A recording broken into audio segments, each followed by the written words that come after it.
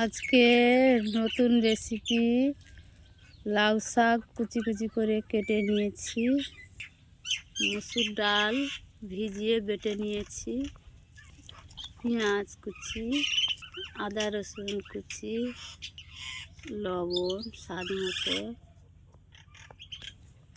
লঙ্কার গুঁড়ো, হলুদের গুঁড়ো, ধনে জিরের ভাজার গুঁড়ো ভালো করে মাখিয়ে নেব। লাউ শাকের পাতাগুলো ওর মধ্যে দিয়ে মাখিয়ে নেব ভালো করে।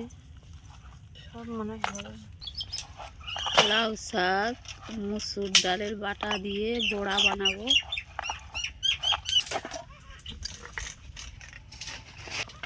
একদিকে ভাত বসিয়েছি আর একদিকে বড়া ভাজা হবে বন্ধুরা। কড়া বসিয়েছি, কড়া গরম হয়ে গেছে, তেল দিলাম, তেলটা গরম হয়ে গেছে, বড়া ভাজবো। এবার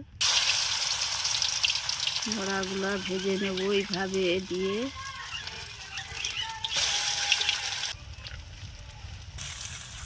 এক পিঠ হয়ে গেছে, লৌটে দেব।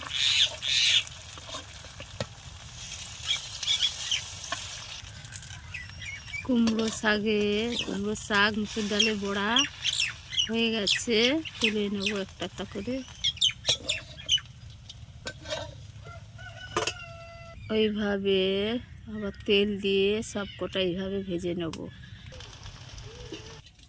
মসুর ডাল লাউ শাকের বড়া হয়ে গেছে, এইভাবে সব ভেজে নিয়েছি বন্ধুরা। ভিডিও ভালো লাগলে লাইক সাবস্ক্রাইব করবেন, পাশে থাকবে সবাই।